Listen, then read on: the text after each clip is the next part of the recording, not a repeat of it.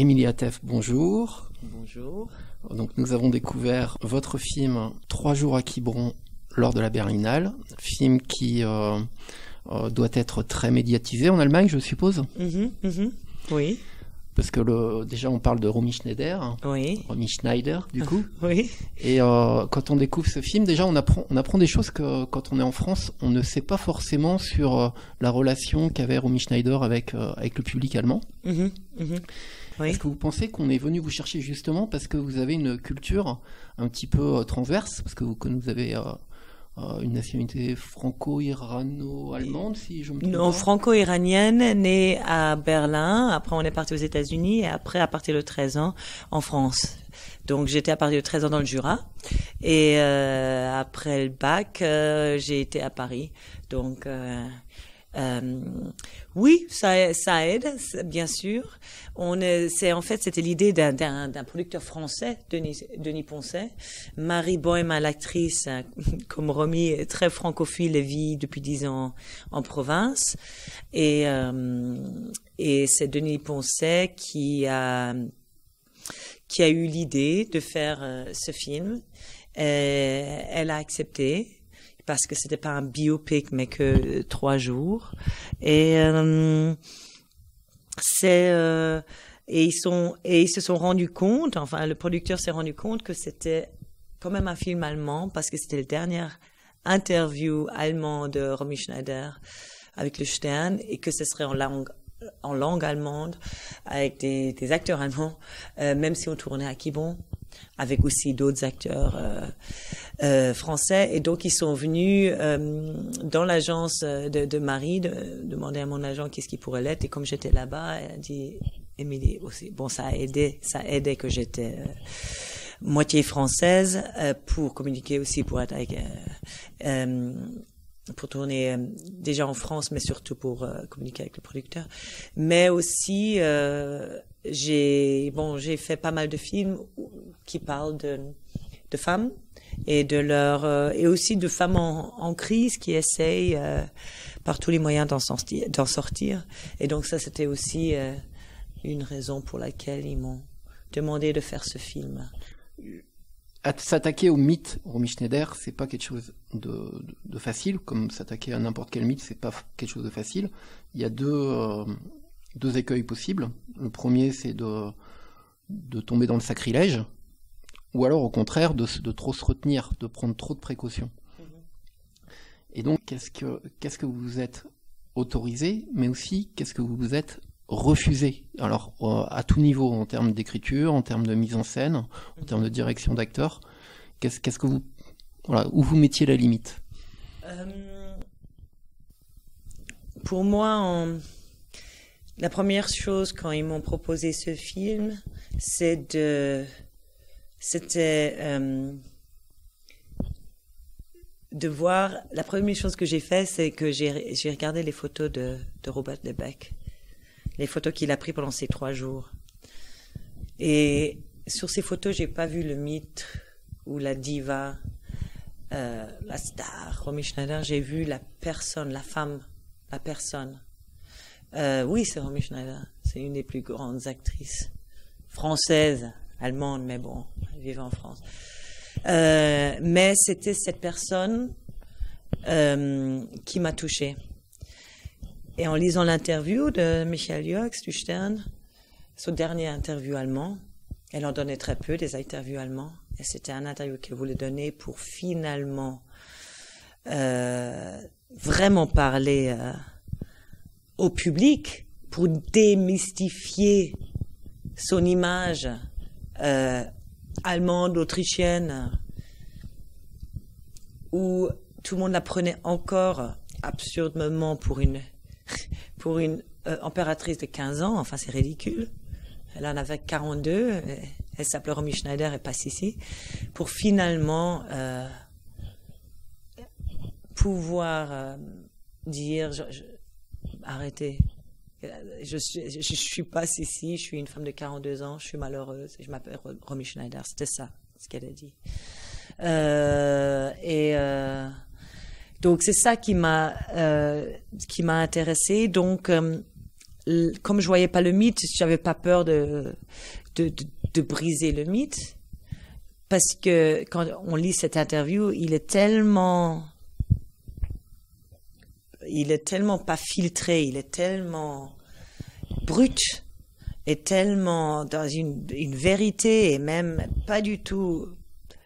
Elle dit des choses tellement intimes dans l'interview qui a été lu 1 million de fois, qui tout de suite en 80 c'était incroyable. Et non, ce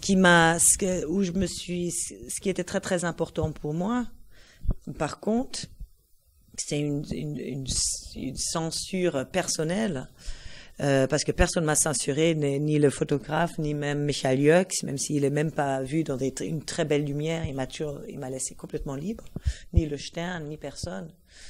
1980 était une année très très très difficile pour Romy.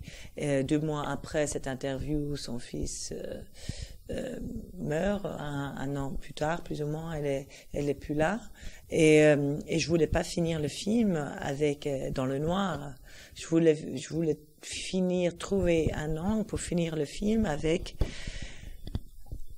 avec un tout petit peu d'espoir et de paix en elle. Et en fait, c'est Robert Lebec qui m'a raconté que quand il est venu à Paris pour lui apporter cette interview, elle jouait avec sa fille. Il a très souvent pris en photo, mais il l'a jamais vue aussi calme, aussi sereine, aussi en paix avec elle-même, aussi belle, a-t-il dit, que cet après-midi. Et là, je me suis dit, voilà, j'ai ma fin. Et même si 2 mois après, peut-être 1 mois après, peut-être 3 jours après, c'est le chaos qui finira pas, personne peut lui prendre ça. Cet après-midi de calme et de sérénité, ou peut-être plus longtemps. Le film tient sur un fil quelque part. Il est vraiment très équilibré. Vous faites attention à équilibrer les rires et les larmes, le plus souvent les juxtaposer. C'était sa personnalité ou sa maladie ou son état d'âme. Mais du coup, ça demandait certainement une écriture assez ciselée. Vous deviez faire attention à pas trop grossir le trait, à rester toujours en dedans, à en remettre. Donc je suppose qu'il y a eu beaucoup de réécriture. Et sur qui vous vous êtes appuyé pour trouver la bonne note Oui, beaucoup de réécriture. J'avais des dramaturges qui m'ont aussi aidé. Je le donne à lire, le scénario. On le donne à lire à des partenaires, à des gens qui sont à qui on a confiance en tant que scénariste. Ça, c'est très important. On peut pas le donner à tout le monde parce que sinon on s'y perd. On a besoin d'avoir toujours autour de soi 2 ou 3, 4 personnes dont on fait confiance et qui connaissent aussi, qui veulent pas refaire leur histoire, mais qui connaissent aussi un peu l'endroit où on veut aller et qui aident aussi, et de discuter. Et ça, c'est un long procédé de la première idée jusqu'au scénario qui sera le film. Et après, dans le tournage, change encore plein de choses. Le scénario, c'est une fondation comme d'une maison. Et après, c'est moi qui fais le décor. Avec les acteurs, on change des choses, on réécrit. Et après, dans le montage, encore une fois, je jette plein de scènes, je les manipule pour après devenir le film qu'il est.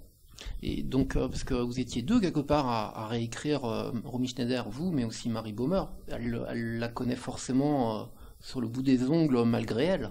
Donc, est-ce qu'il y avait des divergences de point de vue sur comment retranscrire Romy Schneider ou pas entre vous ? Non, Marie, enfin, on a beaucoup parlé, et pas de Romy. Pour nous, c'était important. Bien sûr, on a parlé de Romy, on a vu des films et tout ça, mais pour nous, c'était important. On voulait pas imiter Romy. Bien sûr, ça parle de Romy. Ça pourrait aussi parler d'une autre actrice, une très grande actrice. Bien sûr, c'est Romy, mais ça parle aussi d'une femme en crise, et c'était ça qui était important. Pour moi et pour Marie, on n'essayait pas d'imiter, qu'elle bouge exactement comme elle, il fallait qu'elle oublie ça, et qu'elle soit cette femme. pendant ces 3 jours. Est-ce que vous pourriez me parler un petit peu de ce tournage en Bretagne, de Denis Lavant en acteur breton, du coup, mais aussi des conditions de tournage Non, mais ça c'était le top de tout ce projet durant le tournage, c'était de tourner à Quiberon. C'était merveilleux, on voulait tous pas quitter le lieu, quoi, parce que c'était, en plus, c'est merveilleux parce qu'il y a tellement de protection de la nature en Bretagne aussi, de construire avec sur la côte qu'on n'a pas le droit de construire. Donc, toutes les images de Robert Lebec en 81, je les ai retrouvées. L'hôtel Sofitel, mais c'est exactement pareil de dehors. Les falaises, c'était les mêmes. Donc, pour une réalisatrice, mais c'est magique, c'est merveilleux. Les gens étaient formidables. Il y a des gens dans l'hôtel à Quiberon qui étaient là quand Romy était là. Donc pour moi, c'était formidable. C'était une énergie de savoir qu'elle était dans cet hôtel. On a tous dormi dans cet hôtel. Qu'elle était là, qu'elle se promenait là, qu'elle allait dans ce diététique. Vous pouvez pas vous imaginer comme ça nous a inspiré en tant qu'équipe et les acteurs et Marie et moi en tant que réalisatrice. Ça s'est formidablement bien passé là-bas. Et avec Denis Lavant, c'était un rêve. Je suis un fan de Denis Lavant, des films de Léo Carax. J'ai vu Denis Lavant quand je vivais à Paris, dans les années 90, début 90, au théâtre, et de lui proposer ce rôle de 3 jours, et qu'il accepte, c'était formidable. Il a apporté énormément à ce film et à ce rôle. Merci beaucoup. Merci beaucoup.